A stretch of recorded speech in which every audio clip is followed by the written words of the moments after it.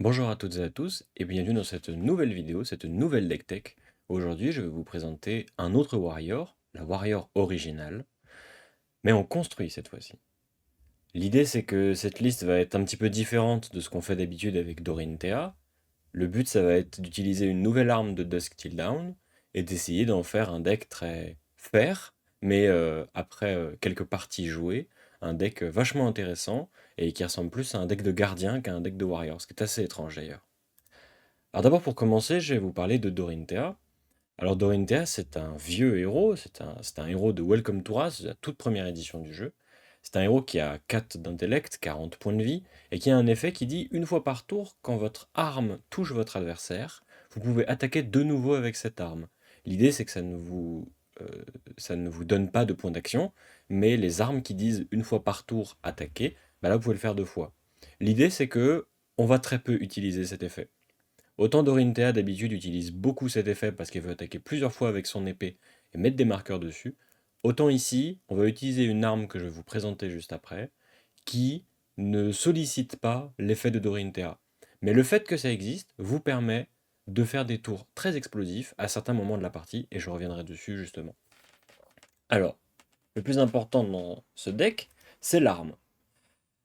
Cette arme, elle est nouvelle, elle vient de Dusk Till Dawn. C'est une hache, donc ça veut dire qu'elle active toutes les synergies avec les haches, qui étaient des choses qui étaient très peu activées jusqu'alors, puisqu'on n'avait pas de bonnes haches en fait. Une fois par tour, en action, on peut payer 3 ressources pour attaquer avec. Elle attaque à 4.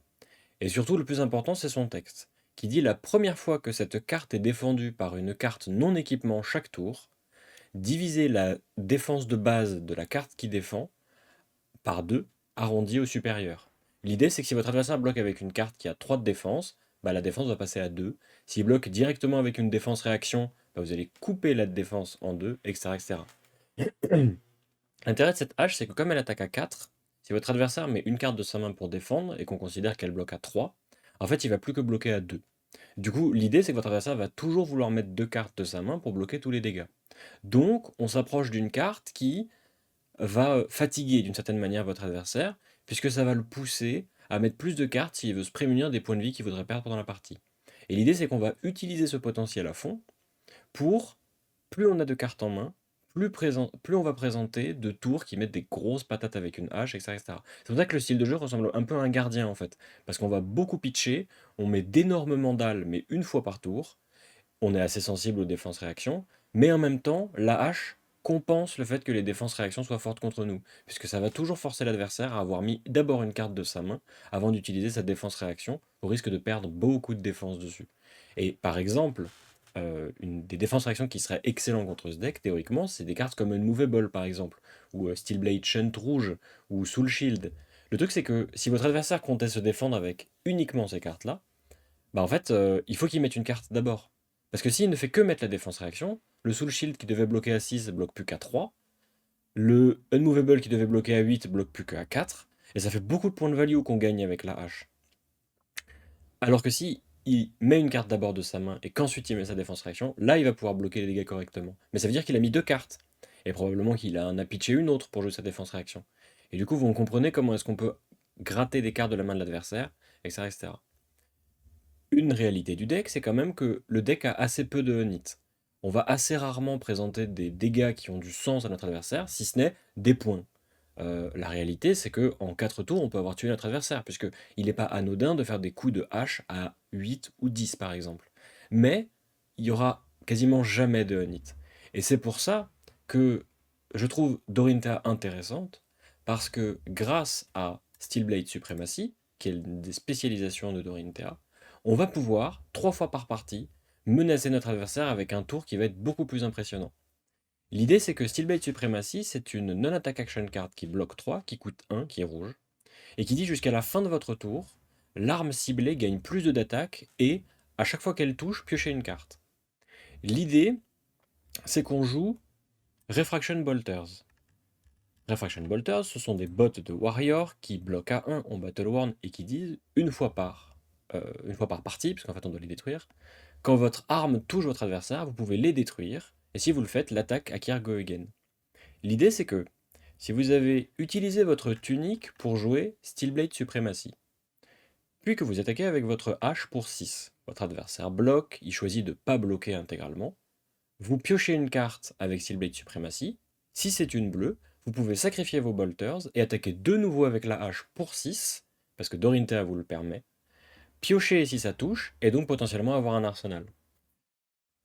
Ce tour-là va vous coûter 2 cartes. Pour présenter 12 points de dégâts, vous auriez bloqué avec le reste de votre main, vous allez peut-être avoir la suprématie en arsenal, etc. etc.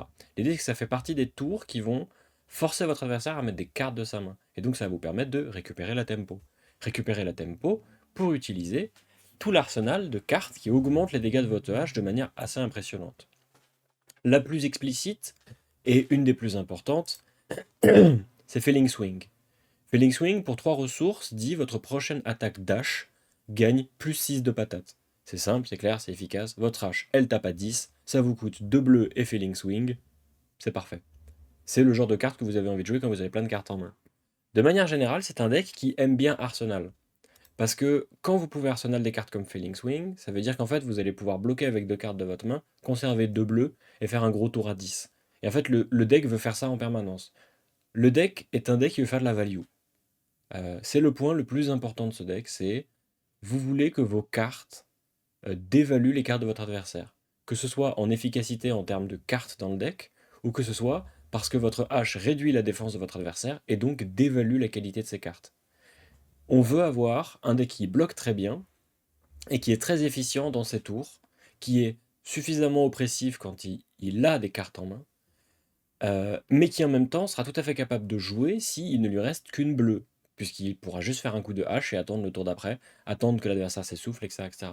Donc vous comprenez que c'est un deck qui est très défensif, qui va vouloir gratter des points de vie, gratter des dégâts pendant toute la partie, et au bout d'un moment, peut-être menacer assez l'adversaire pour le tuer sur une attaque-réaction, ou simplement l'épuiser à la value, parce qu'en fait on aurait trop de cartes dans notre deck, parce qu'on peut fatiguer notre adversaire avec ce deck.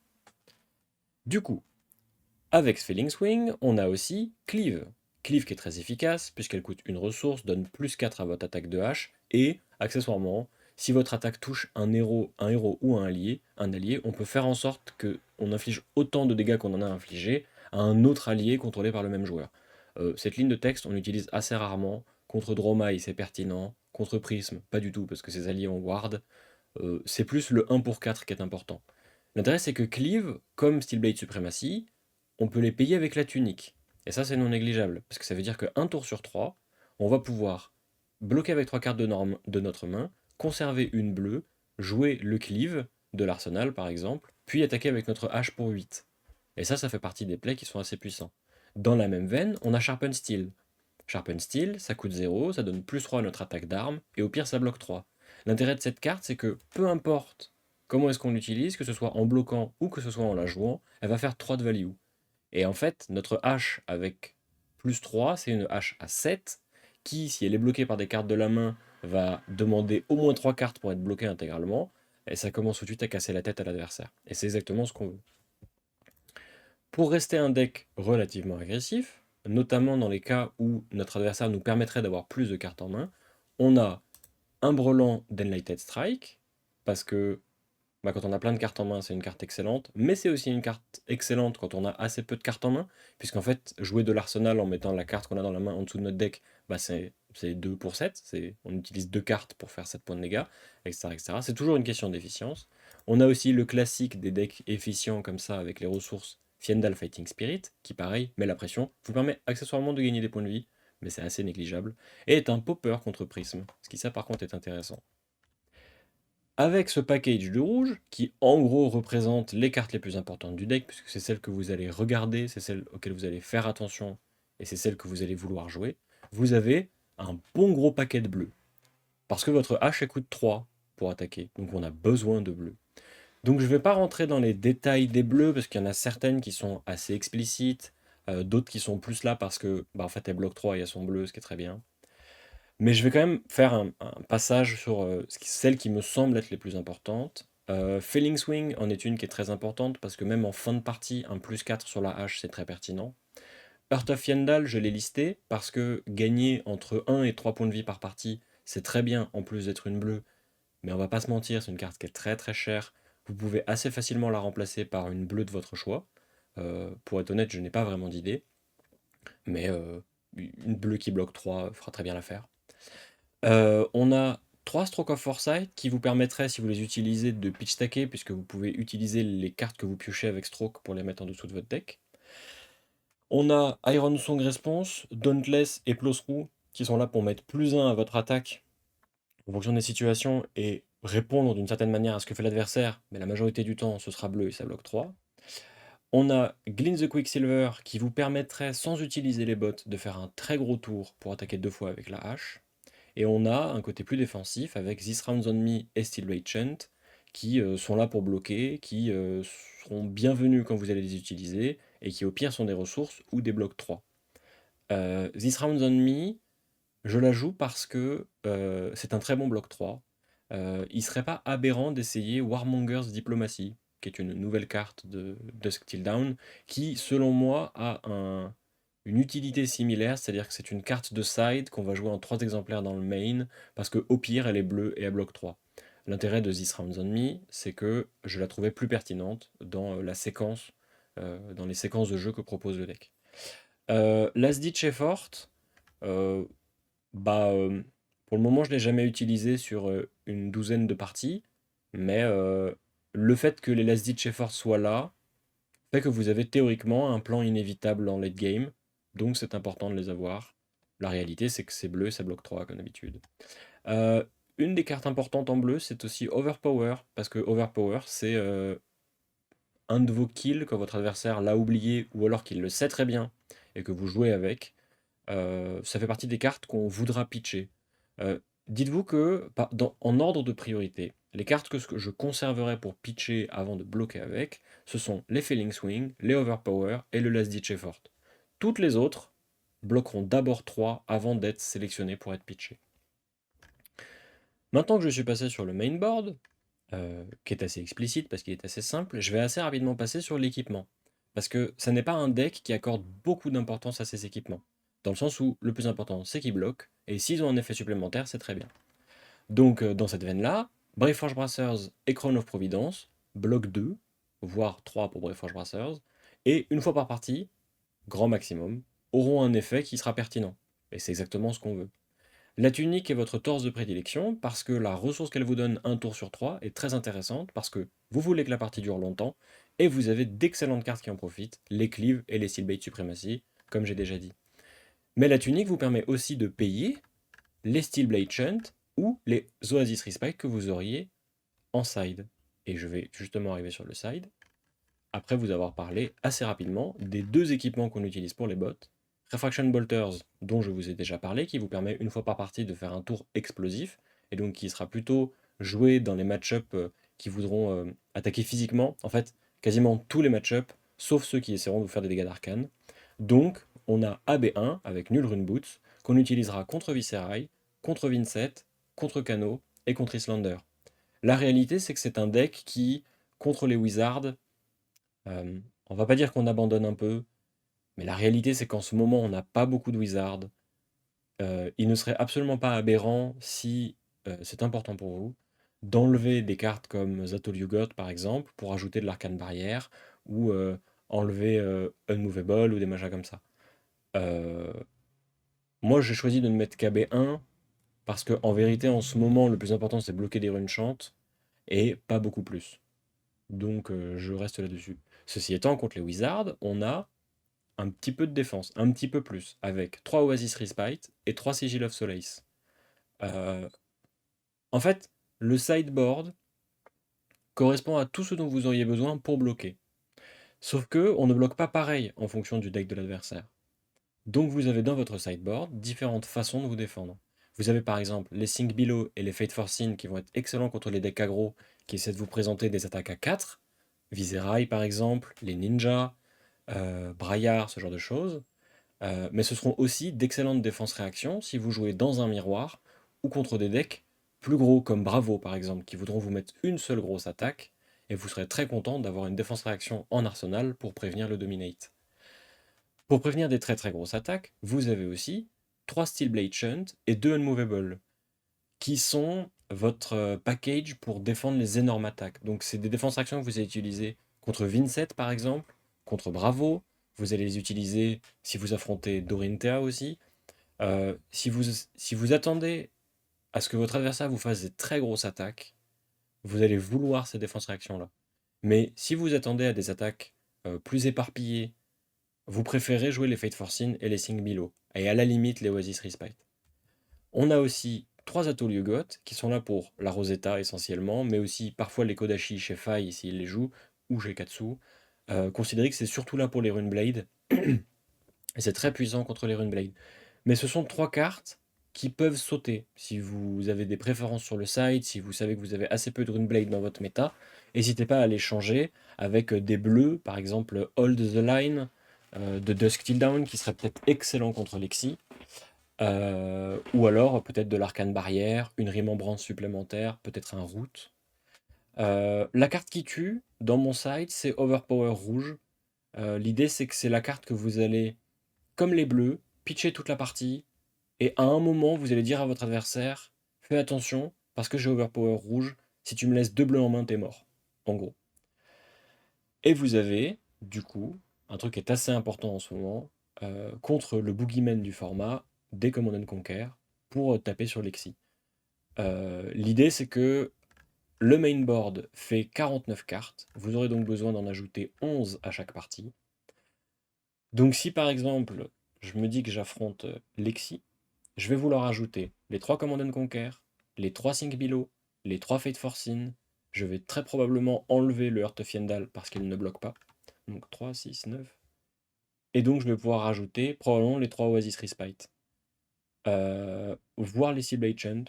Je ne sais pas exactement lequel est le plus pertinent. J'ai une préférence pour Oasis Respite. Mais Sealblade Chant n'est pas déconnant non plus. Parce que ça bloque 6. En vérité, bloquer 4 suffit assez souvent contre Lexi. Mais voilà, ça existe.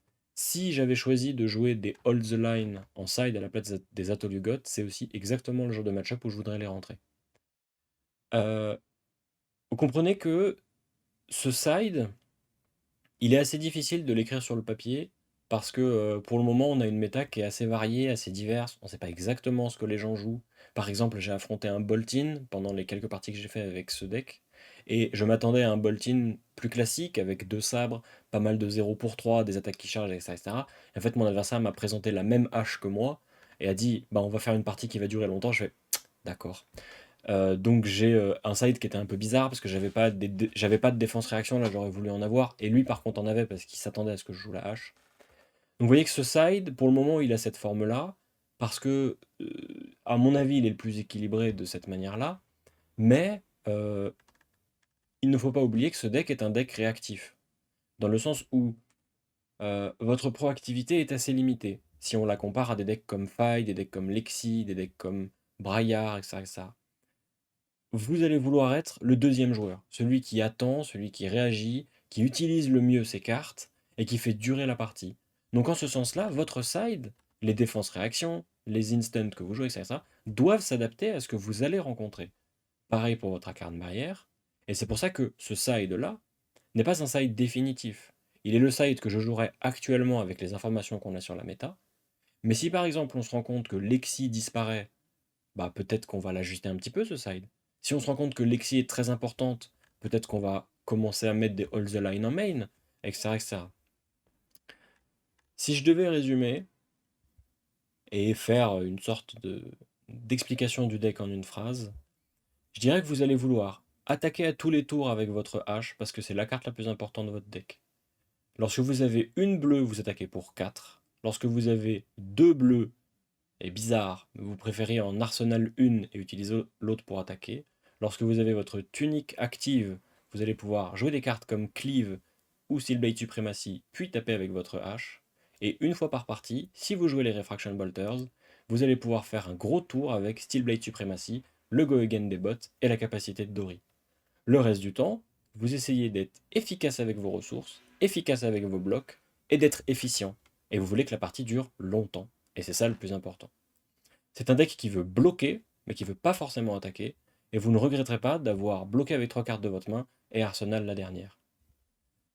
Sur ce, je pense que j'ai fait le tour du deck. Si vous avez des questions, si vous avez des remarques, si vous avez des idées lumineuses pour améliorer ce deck, je suis tout oui.